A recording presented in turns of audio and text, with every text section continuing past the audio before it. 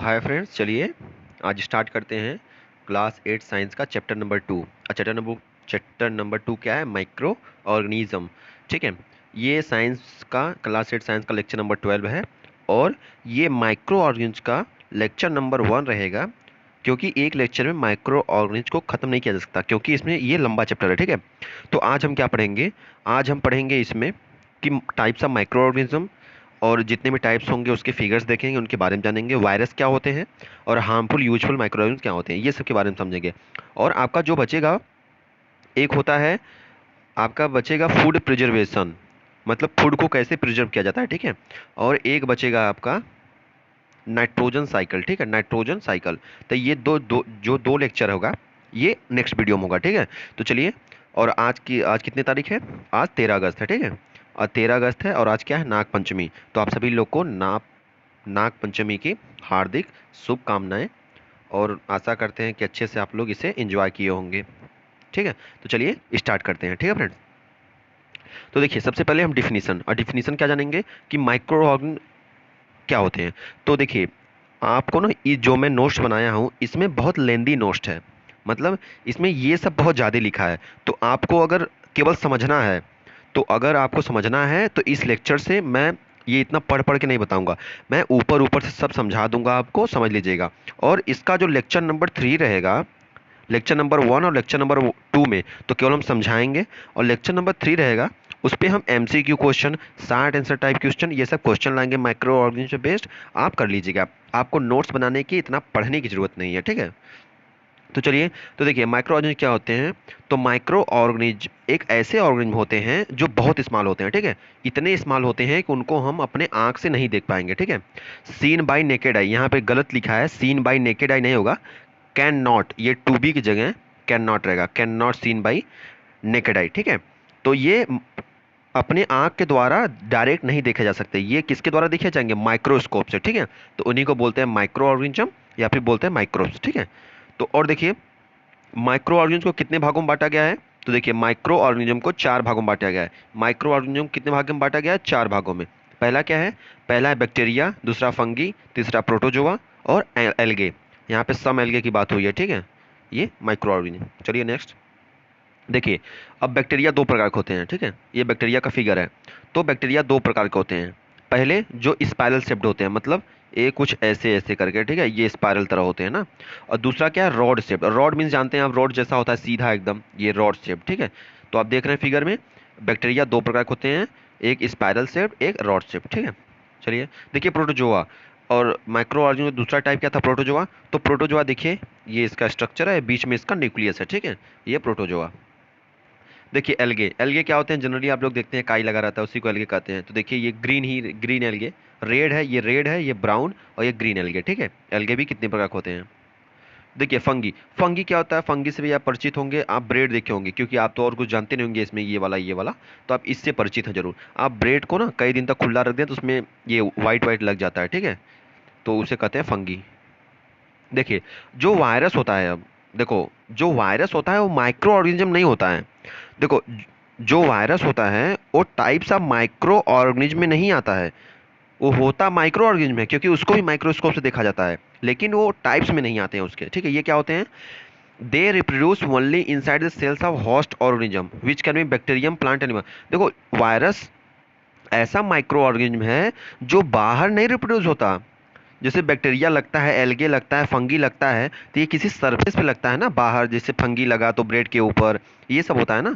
लेकिन जो वायरस होता है ना, वायरस किसी के अंदर हो लगता है, होस्ट बॉडी, मतलब देखो इनसाइड द सेल, मतलब सेल के अंदर ये उत्पन्न होता है। जैसे जो एनिमल होते हैं, एनिमल में हम लोग भी आते हैं, ठीक है, ह्यूमन और एनिमल दोनों, तो उनके सेल में, उनका जो सेल से बॉडी बनी है उसके सेल में इफेक्ट करता है वायरस डायरेक्ट, वायरस सेल में इफेक्ट करता है। ठीक है, और इसके बाद ये भी देखिए, और ये बैक्टीरिया के अंदर भी, मतलब बैक्टीरिया के अंदर भी वायरस लग सकते हैं।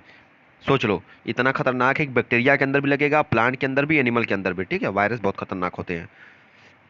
देखो, और where do micro organism live, ये कहाँ रहते हैं माइक्रो ऑर्गेनिज्म? तो पहले क्या बोला? माइक्रो ऑर्गेनिज्म में बी सिंगल सेल। देखो ये बोला है माइक्रो ऑर्गेनिज्म में भी सिंगल सेल भी हो सकते हैं, सिंगल सेल भी हो सकते हैं और मल्टी सेल भी। सिंगल सेल मीन्स एक सेल के बने होते हैं।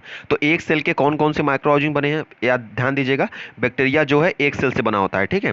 सम एल्गे, कुछ एल्गे, यहाँ ध्यान दीजिएगा, सम एल्गे, कुछ एल्गे भी एक सेल से बने होते हैं। और प्रोटोजोआ एक सेल से बना होता है। तो आपको पता चला कि जो बैक्टीरिया और प्रोटोजोआ होते हैं एक सेल से बने होते हैं, और कुछ एल्गे भी, ठीक है। और मल्टी सेल के क्या क्या बने होते हैं, देखो ये मल्टी सेल के क्या क्या बने होते हैं। फंगी जो होता है वो मल्टी सेल से बना होता है, मतलब बहुत सेलों से मिलकर बना होता है। और जो वहां पे सम एल्गे था, यहाँ पे एल्गे, मतलब ज्यादा से ज्यादा एल्गे मल्टी सेल से बने रहते हैं, और कुछ एल्गे एक सेल से बने होते हैं, ठीक है। समझ में आया ना, बैक्टीरिया प्रोटोजोआ एक सेल से, फंगी और एल्गे मल्टी सेल से। अब देखो ये रहते कहाँ हैं, ये ऑल टाइप ऑफ इन्वायरमेंट में रह सकते हैं। किसी भी तरह का इन्वायरमेंट हो ये रह जाएंगे, जीवित रह जाएंगे। क्या क्या हो सकता है, या तो आइस हो, बर्फ पड़े, कोल्ड हो, हॉट हो, डिजर्ट हो, कुछ भी हो, समझे। मतलब गर्मी रहे चाहे ठंडी रहे, चाहे पानी गिरे, चाहे बरसात हो, चाहे बर्फ हो जाए, चाहे कुछ भी हो, हर जगह माइक्रो ऑर्गेनिज्म लिव करते हैं, ठीक है। और कहाँ कहाँ रहते हैं, और देखो यहाँ पे, they also found in inside the body of organism, मतलब ह्यूमन के अंदर भी ये पाए जाते हैं। बैक्टीरिया, प्रोटोजोआ और उसके बाद वायरस, ये ह्यूमन के अंदर भी पाए जाते हैं। तभी बीमारी हो जाती है अलग अलग तरह के, ठीक है। वो भी आगे पढ़ेंगे कि किससे कौन सी बीमारी होती है। अब देखो यहाँ पे, growth of some micro organism depend on the other organism while other organism exist freely. जो माइक्रो ऑर्गेनिज्म का ग्रोथ होता है वो दूसरे ऑर्गेनिज्म पर डिपेंड करता है, ठीक है। मतलब वो ऑर्गेनिज्म जो होता है दूसरे ऑर्गेनिज्म पे, ग्रोथ ऑफ माइक्रो ऑर्गेनिज्म का जो रेट होता है, कितने तेजी से वो बढ़ेंगे, उनका ग्रोथ कितना होगा, उस पर डिपेंड करता है। While other organism exist freely, और जितने भी ऑर्गेनिज्म होते हैं, देखते हैं ना, प्लांट भी एक तरह का ऑर्गेनिज्म है, एनिमल भी है, ह्यूमन भी है, ये सब क्या होते हैं, ये फ्रीली मूव कर सकते हैं। अब देखो चौथा क्या है, चौथा दिया है इसमें कि micro organism like amoeba can live alone. Amoeba जो होता है वो केवल अकेले रहता है बेचारा, इसका कोई साथी नहीं है, ठीक है। एलोन, अमीबा अकेले रहता है, ठीक है। और ये क्या बोला है, while fungi and bacteria are living colonies, इन लोग अपना दोस्ती बना के रहते हैं, ठीक है। तो इस तरह समझिए कि जो अमीबा होता है ये सबका दुश्मन होता है, और ये किसी के साथ रहना पसंद नहीं करता, ये अकेले रहता है। लेकिन जो फंगी और बैक्टीरिया रहते हैं, फंगी अपना कॉलोनी बना लेता है एक, बैक्टीरिया अपना कॉलोनी बना लेता है, उसी में आप लोग रहते हैं अच्छे से, ठीक है। और ये लेकिन अमीबा अकेले रहता है, और अमीबा केवल एक सेल से बना होता है, ठीक है। और अमीबा की स्ट्रक्चर तो आप सब लोग जानते होंगे, किसी भी स्ट्रक्चर का हो सकता है, बस यहाँ पे बीच में ये लगाना होता है, ठीक है। ये चलो, अब माइक्रो ऑर्गेनिज्म अराउंड अस, हमारे अगल बगल माइक्रो ऑर्गेनिज्म देखेंगे तो some of micro organism are beneficial, कुछ तो बेनिफिशियल होते हैं। माइक्रोस दो प्रकार के होते हैं, एक जो हमारे बेनिफिशियल के लिए होते हैं, और एक जो हमको हार्म करते हैं, डिजीज काज करते हैं। तो माइक्रो ऑर्गेनिज्म का प्रयोग दो तरह से होता है, एक हम बेनिफिशियल यूज करते हैं, और दूसरा हमको हार्म भी पहुंचाता है, ठीक है। तो चलिए देखते हैं आगे। देखिए, micro organism are used for various purpose, बहुत से पर्पज के लिए यूज करते हैं। जैसे देखिए यहाँ पहला कह दिया, some micro organism are used in production of curd, bread and cake. Curd के लिए, ब्रेड के लिए और केक के लिए कुछ माइक्रो ऑर्गेनिज्म का यूज होता है, तो ये हमारे बेनिफिशियल माइक्रो ऑर्गेनिज्म हो गए, ठीक है। चलिए नेक्स्ट देखते हैं। Some micro organism have been used for the production of alcohol since ages. Alcohol, शराब का जो प्रोडक्शन होता है, उसमें भी माइक्रो ऑर्गेनिज्म हमको बेनिफिशियल होते हैं, लाभदायक होते हैं, ठीक है। तीसरा देखते हैं, they are also used in cleaning up of the environment as composer. जैसे आप देखते हैं ना, कोई भी अगर मर गया है पशु, तो उसके अंदर जब सारे मांस खत्म हो जाते हैं तो बैक्टीरिया लग जाते हैं, बैक्टीरिया लग के उसको खत्म करते हैं इन्वायरमेंट से, जिससे पॉल्यूशन नहीं होता है। तो जो बैक्टीरिया उसको खाते हैं वो भी हमारे लिए लाभदायक है, ठीक है। जैसे यहाँ पे देखा, बोल दिया ना, जो मैंने बोला वही लिखा है, the organic wastage animals remains of animal faces broken into harmful and usable substance by bacteria, ठीक है। चाल देते हैं उससे, जिसको बोलते हैं मट्टी को चाल दिया है, ठीक है। देखो, in agriculture field micro organism are used to increase soil fertility of fixing nitrogen. आपको पता है एग्रीकल्चर फील्ड में, प्लांट में नाइट्रोजन का मात्रा बढ़ाने के लिए बैक्टीरिया का यूज होता है, ये बेनिफिशियल होता है। उसमें कौन सा बैक्टीरिया होता है, राइजोबियम, ठीक है। तो वो आगे देखते हैं, है कि नहीं। चलिए, राइजोबियम इतना याद करिएगा। Commercial use of microorganism, commercial use mean मतलब इंडस्ट्री में, कारखानों में इसका क्या यूज होता है। तो सबसे पहले, for large production of alcohol, wine, acetic acid, micro organism are used, मतलब शराब बनाने के लिए, वाइन शराब, अल्कोहल वही होता है टाइप का, एस्टिक एसिड सिरका, सिरका, ठीक है। इन सब में किसका प्रयोग होता है, माइक्रो ऑर्गेनिज्म का। आप देखते होंगे कि शरबत जब आता है ऊख से, खेत से, उसे अगर एक डिब्बे में बंद करके एक धूप में रख दिया जाए तो कुछ दिन बाद सिरका में बदल जाता है। क्यों, क्योंकि उसके अंदर बैक्टीरिया लग जाते हैं और उसको किस में बदल देते हैं, एसिड में ना। चलिए अब यहाँ पे क्या है देखिए, for commercial production of alcohol and wine east is grow on natural sugars present in grain like barley, wheat, rice and crushed fruit juices. For commercial production of alcohol, देखो कमर्शियल एल्कोहल के commercial production के लिए, and wine east, wine, सुनो यहाँ पे एक minute, किस तरह से अल्कोहल वाइन में माइक्रो ऑर्गेनिज्म का काम होता है। सबसे पहले अल्कोहल वाइन बनाने में जो ईस्ट होता है, ईस्ट एक प्रकार का फंगी है, ठीक है, इतना ध्यान दीजिएगा। इसमें कौन सा माइक्रो ऑर्गेनिज्म होता है, फंगी का यूज होता है अल्कोहल और वाइन बनाने में।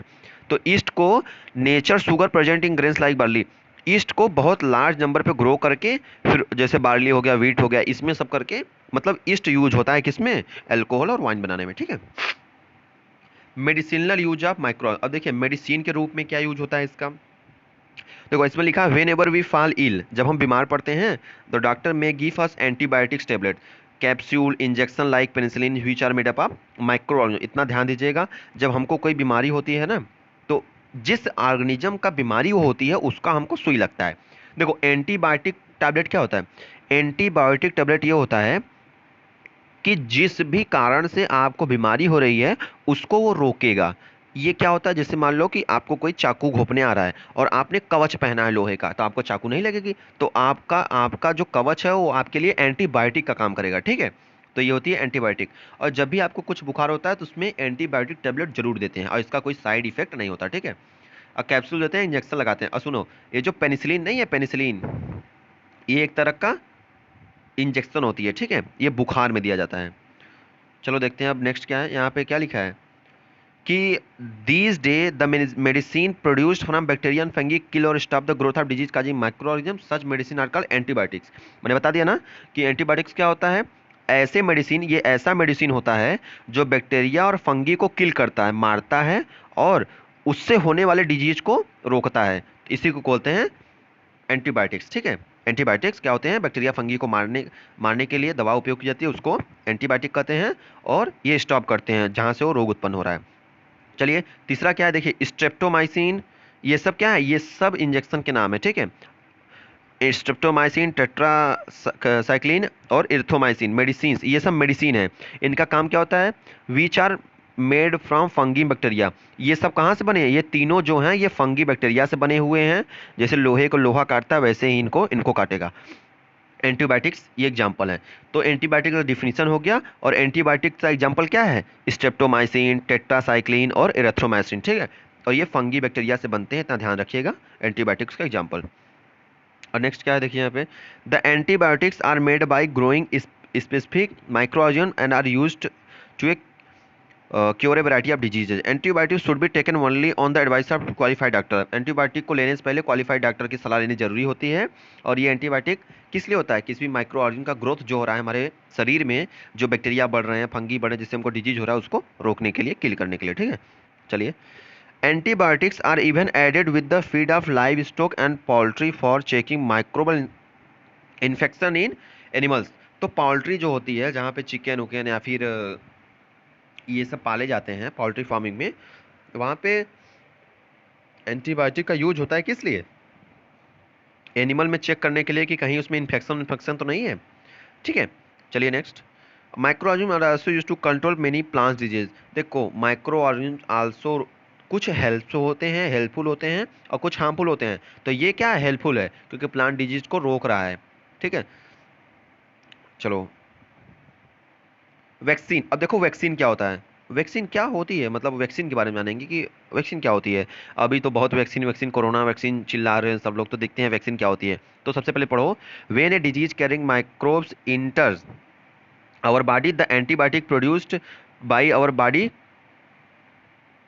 क्या बोल रहा है यहाँ पे, ध्यान से देखिए, यहाँ पे बोल रहा है when a disease carrying microbe enters our body the antibiotics produced by our body fight with the inhibitor. If microbes enter again, the body also remember that how to fight with the microbes. मतलब ये सीधे सीधे ये बोला है कि आपको अगर एक बार वैक्सीन लग गया, आपको एक बार वैक्सीन लग गया, तो वो उस जिससे डिजीज वो उत्पन्न हो रही है उसको रोकेगा, कब तक, जब तक आप जीवित रहेंगे। जैसे मान लीजिए आपको आपको एक मैं एग्जांपल बता रहा हूँ, ठीक है। आपको टीबी हो गया, ठीक है, आपने टीबी का वैक्सीन करा लिया, ठीक है, ये हर वैक्सीन के लिए लागू है, ठीक है, टीबी का वैक्सीन लगवा लिया और ये क्या करेगा, इससे होने वाले कीटाणुओं को रोकेगा, ठीक है, चलिए रोक दिया, और आप 1 साल तक दवा किए, ठीक हो गया, आपको फिर खांसी आने लगी, तो जब अब खांसी आएगी तो आपको टीबी नहीं होगा, क्योंकि उतना स्टेट तक उस कीटाणु का पहुंचना नामुमकिन होगा, क्योंकि इधर वैक्सीन साहब है ना, ये आगे से पाइप में लगा के उसको मारते रहेंगे, ठीक है, तो जब जब उस डिजीज का उत्पन्न होगा तब तक वो वैक्सीन आपके बॉडी में एक्टिव हो जाएगी तुरंत, ठीक है। चलो अब क्या है दूसरा, if dead or weakened microbes are injected in healthy body, the body fights and kill them producing suitable antibiotics. तो वैक्सीन लगाने की वजह से आपके बॉडी में अगर कोई भी माइक्रोब्स हेल्दी बॉडी में प्रोड्यूस कर रहे हैं, तो वो अपने आप बॉडी जो होता है, वैक्सीन है ही आपके पास शरीर में लगा है, उसमें से एंटीबायोटिक्स निकलते हैं, उसको खत्म कर देते हैं, ठीक है। नेक्स्ट क्या है, the antibiotics remain in the body for protecting from disease causing microbes, this is how a vaccine work. यही होता है वैक्सीन का वर्क, वैक्सीन ऐसे ही वर्क करता है कि the antibiotic remain in the body, body में अगर वैक्सीन लग गया तो उस डिजीज का एंटीबायोटिक आपके बॉडी में हमेशा के लिए रहेगा, और जब जब आपके बॉडी में वैसा डिजीज आने की कोशिश करेंगे और आप तब वो उस वैक्सीन का एंटीबायोटिक निकल के उससे लड़ेगा और आपको सेफ रहेंगे, ठीक है, इसलिए वैक्सीन लगवाना जरूरी है और आप जरूर लगवाइए। देखिए सेवरल डिजीज, देखिए अब किसके लिए वैक्सीन निकला है, सेवरल डिजीज लाइक कोलेरा, सबसे पहले आप ये जो आ रहा है कोरोना ना, इसके पहले कोलेरा भी एक बार आया था जिसमें बहुत महामारी थी, ये सब महामारी है, ट्यूबरकुलोसिस, टीबी, ये सब एक, जैसे इस समय कोरोना आया है वैसे पिछले समय में cholera cholera TB, small pox और hepatitis can be prevented by vaccination. आपको बता दें कि इन सब बीमारियों का पहले वैक्सीन नहीं था तो बहुत लोग मर जाते थे, ठीक है, मर जाते थे, लेकिन अब वैक्सीन है, तो आप भी अगर आगे चल के बड़े होंगे ना तो ये कोरोना का यही बताएंगे कि पहले पहले कोरोना सबको बहुत मारा, मर गए बहुत लोग, फिर उसमें उसका वैक्सीन निकला, ठीक है, तो आप यहाँ पे एक और जोड़ लीजिएगा, यहाँ पे दिया नहीं, कोरोना लिख लीजिएगा कि कोरोना का भी वैक्सीन निकल चुका है, तो यहाँ पे इन सब का वैक्सीन निकला है, आपको इसमें से कोई भी बीमारी हो तो आप चिंता करने की कोई बात नहीं है, वैक्सीन लगाएंगे ठीक हो जाएंगे। देखिए इंक्रीज सॉइल फर्टिलिटी, देखिए जो सॉइल होती है, सॉइल क्या होती है, जो मिट्टी होती है जमीन की, देखो सॉइल दो प्रकार की होती है, एक होती है नॉन फर्टाइल, एक होती है फर्टाइल। देखो नॉन फर्टाइल मीन्स होती है उसमें जो उपज की मात्रा है वो बहुत कम होती है, जिसको हम लोग बंजर बोलते हैं, ठीक है, और फर्टाइल मीन जिसमें हम लोग खेती करते हैं, उपज है, ठीक है, तो आप बंजर जमीन भी देखे होंगे और उपज जमीन भी देखे होंगे, ठीक है, तो उसी बंजर जमीन में अगर हम उपज करना चाहें तो उसके लिए क्या करेंगे कि उसकी उपज मिट्टी हो जाए, तो सबसे पहले देखिए some bacteria and blue green algae are able increase the fertility of process soil by fixed nitrogen from the atmosphere to enrich soil with nitrogen. These microbes are commonly called biological nitrogen fixers. देखो मैं आपको बता दूं, ये वाला जो बोला है इसको अच्छे समझिएगा, देखो अगर बैक्टीरिया को और ब्लू ग्रीन एल्गे, इसको ध्यान दीजिएगा, कौन सा algae, blue blue green algae को खेत में लगा दिया जाए या खेत में डाल दिया जाए, ठीक है, तो इसका काम क्या रहता है, इसका काम रहेगा कि ये जो एटमॉस्फेयर है अपना, ये फील्ड हो गया, यहाँ पे मान लो जो हमने बोला कि यहाँ पे है ना, तो ये नाइट्रोजन से, ये एटमॉस्फेयर से नाइट्रोजन लेंगे, ये सब खींच लेंगे नाइट्रोजन, ठीक है, ज़्यादा मात्रा में, तो सॉइल को नाइट्रोजन की ही तो आवश्यकता होती है, नाइट्रोजन मिला सॉइल उपजाऊ हो गई, ठीक है, तो सॉइल को नाइट्रोजन की आवश्यकता होती है, तो इन दोनों का काम है कि मिट्टी में नाइट्रोजन की मात्रा बढ़ा देते हैं, ठीक है, एटमॉस्फेयर से लेकर, और इनको क्या बोलते हैं, दोनों को ध्यान दीजिएगा, इनको बोलते हैं बायोलॉजिकल नाइट्रोजन फिक्सर्स, मतलब ये नाइट्रोजन फिक्स कर देते हैं, नाइट्रोजन को फिक्स ही कर, देखो ये नाइट्रोजन फिक्सर्स हैं, नाइट्रोजन को फिक्स करने वाले, ठीक है। चलिए देखिए अब आप थोड़ा देखिए ना कि nitrogen fixing blue blue green algae दिखता कैसा है, ये देखिए ये ब्लू ग्रीन एल्गे है, ठीक है। चलिए क्लीनिंग द इन्वायरमेंट, देखो इन्वायरमेंट कैसे क्लीन होते हैं, बाय माइक्रो ऑर्गेनिज्म से, तो सुनिए, at the time of making manure we collect wastes of plant vegetables fruits from nearby house and garden, they put them in a pit meant for waste disposal, after some time it decomposed by microorganism and get converted to manure, by this method environment is clean। हमारे घर में बहुत इतने दुनिया में घर हैं, सबके घर में से वेजिटेबल के पिल्स निकलते होंगे, छिलका, ठीक है निकलते हैं, मानते हैं। और उसके बाद वेस्टेज ऑफ प्लांट, प्लांट के वेस्टेज मीन्स बाढ़ आते हैं, धूप होती है, ठंडी होती है, सड़ जाते हैं, प्लांट का सड़ना हो गया, सड़ गए तो फेंकना ही पड़ेगा, सड़ गए प्लांट, ठीक है चलो ये मान लिए। फ्रूट, जो फ्रूट होते हैं, वो फ्रूट होते हैं जो गार्डन में, वो महकने लगते हैं, सड़ने, तो इन सबको हम क्या करते हैं, इन सबको एक जगह करते हैं और वो आती है गाड़ी, उसमें भर देते हैं और ले जाके वो किसी गड्ढे में डिपोजल कर देता है। तो अब क्या होगा, तो गड्ढे में डिपोजल करने के बाद उसमें लगेंगे माइक्रो ऑर्गेनिज्म, और उसको धीरे धीरे करते करते किसमें बदल देंगे, मैन्यूर में, किसमें, खाद में।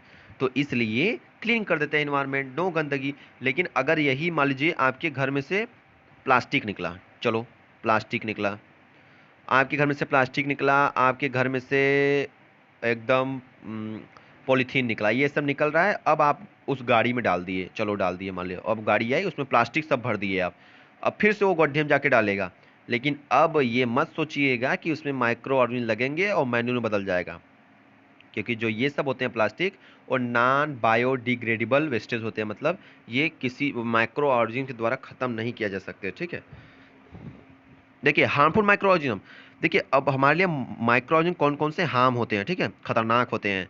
तो देखिए मेनी वेज में है, जैसे in humans being plant and animals some of the micro organism cause disease, such disease causing micro organism called pathogens. तो डिफिनेशन पूछता है व्हाट इज पैथोजेंस, पैथोजेंस किसे कहते हैं, तो पैथोजेंस का मतलब होता है ऐसा माइक्रो ऑर्गेनिज्म, ऐसा माइक्रो ऑर्गेनिज्म जो बीमारी पैदा करता है, बीमारी, ठीक है। सुनो अब इसका डिफिनेशन साफ साफ है, the micro organism who can cause diseases is known as pathogens, ठीक है। अब देखो ये क्या है, food, clothing, leather are spoiled due to some harmful microorganism. आप देखते हैं ना कि जो फूड होते हैं खराब हो जाते हैं गर्मी के सीजन, महकने लगते हैं, क्यों, माइक्रोब्स की वजह से, उसमें माइक्रोब्स लग जाते हैं, ठीक है।